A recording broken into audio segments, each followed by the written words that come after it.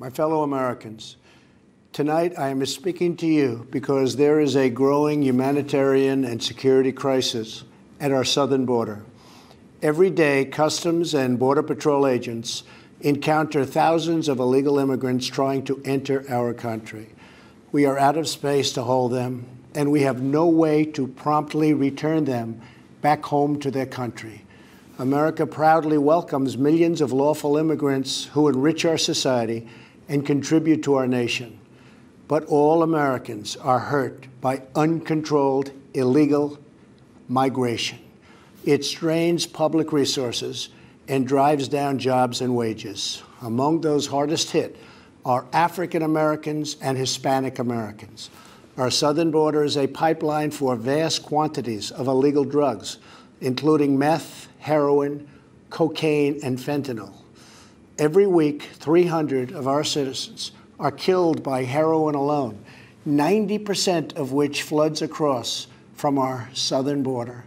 More Americans will die from drugs this year than were killed in the entire Vietnam War.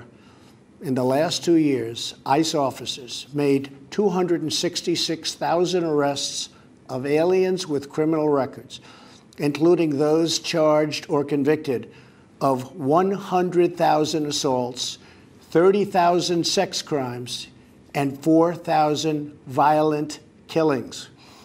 Over the years, thousands of Americans have been brutally killed by those who illegally entered our country, and thousands more lives will be lost if we don't act right now. This is a humanitarian crisis, a crisis of the heart and a crisis of the soul. Last month, 20,000 migrant children were illegally brought into the United States, a dramatic increase. These children are used as human pawns by vicious coyotes and ruthless gangs. 1 in 3 women are sexually assaulted on the dangerous trek up through Mexico. Women and children are the biggest victims, by far, of our broken system. This is the tragic reality of illegal immigration on our southern border. This is the cycle of human suffering that I am determined to end. My administration has presented Congress with a detailed proposal to secure the border and stop the criminal gangs, drug smugglers, and human traffickers. It's a tremendous problem. Our proposal was developed by law enforcement professionals and border agents at the Department of Homeland Security.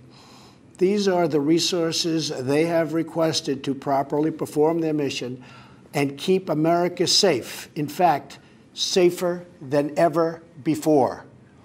The proposal from Homeland Security includes cutting-edge technology for detecting drugs, weapons, illegal contraband, and many other things. We have requested more agents, immigration judges, and bed space to process the sharp rise in unlawful migration fueled by our very strong economy. Our plan also contains an urgent request for humanitarian assistance and medical support. Furthermore, we have asked Congress to close border security loopholes so that illegal immigrant children can be safely and humanely returned back home. Finally, as part of an overall approach to border security, law enforcement professionals have requested $5.7 billion for a physical barrier. At the request of Democrats, it will be a steel barrier rather than a concrete wall. This barrier is absolutely critical to border security. It's also what our professionals at the border want and need. This is just common sense. The border wall would very quickly pay for itself. The cost of illegal drugs exceeds $500 billion a year, vastly more than the $5.7 billion we have requested from Congress. The wall will also be paid for indirectly by the great new trade deal we have made with Mexico. Senator Chuck Schumer, who you will be hearing from later tonight, has repeatedly supported a physical barrier in the past, along with many other Democrats. They changed their mind only after I was elected president. Democrats in Congress have refused to acknowledge the crisis, and they have refused to provide our brave border agents with the tools they desperately need to protect our families and our nation. The federal government remains shut down for one reason, and one reason only, because Democrats will not fund border security. My administration is doing everything in our power to help those impacted by the situation. But the only solution is for Democrats to pass a spending bill that defends our borders and reopens the government. This situation could be solved in a 45-minute meeting. I have invited congressional leadership to the White House tomorrow to get this done. Hopefully, we can rise above partisan politics in order to support national security. Some have suggested a barrier is immoral. Then why do wealthy politicians build walls, fences, and gates around their homes?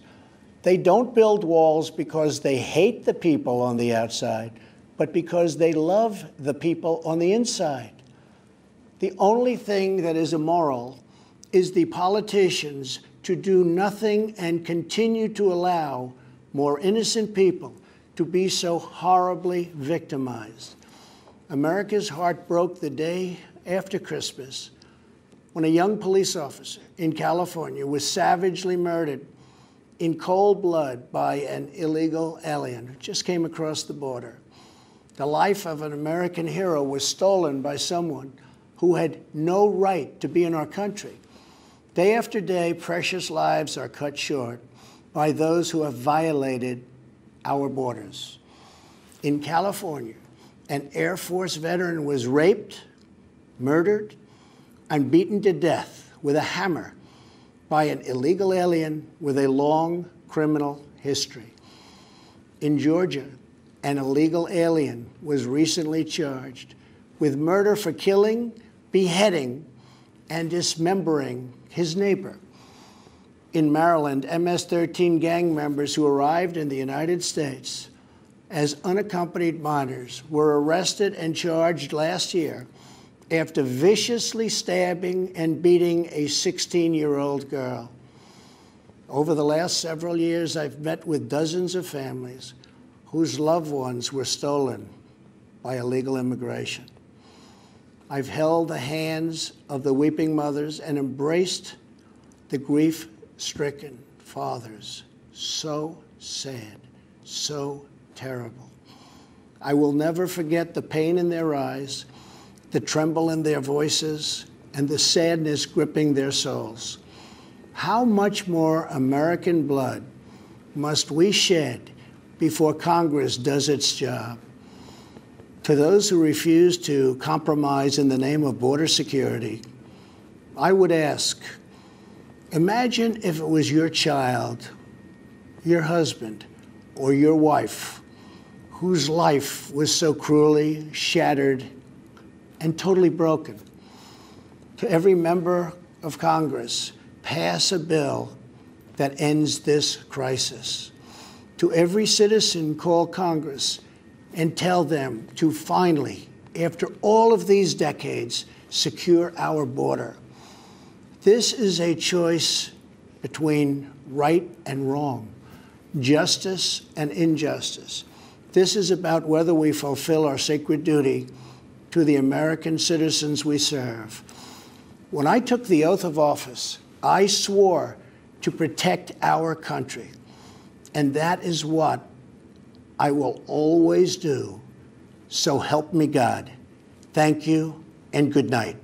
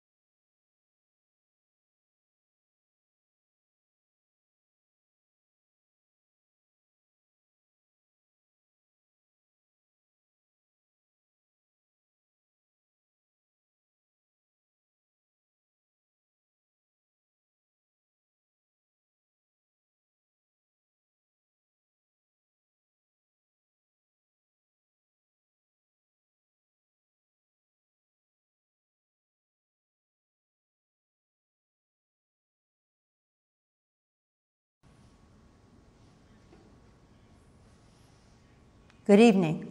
I appreciate the opportunity to speak directly to the American people tonight about how we can end this shutdown and meet the needs of the American people.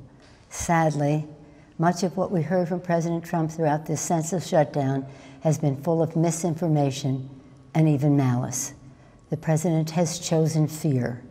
We want to start with the facts.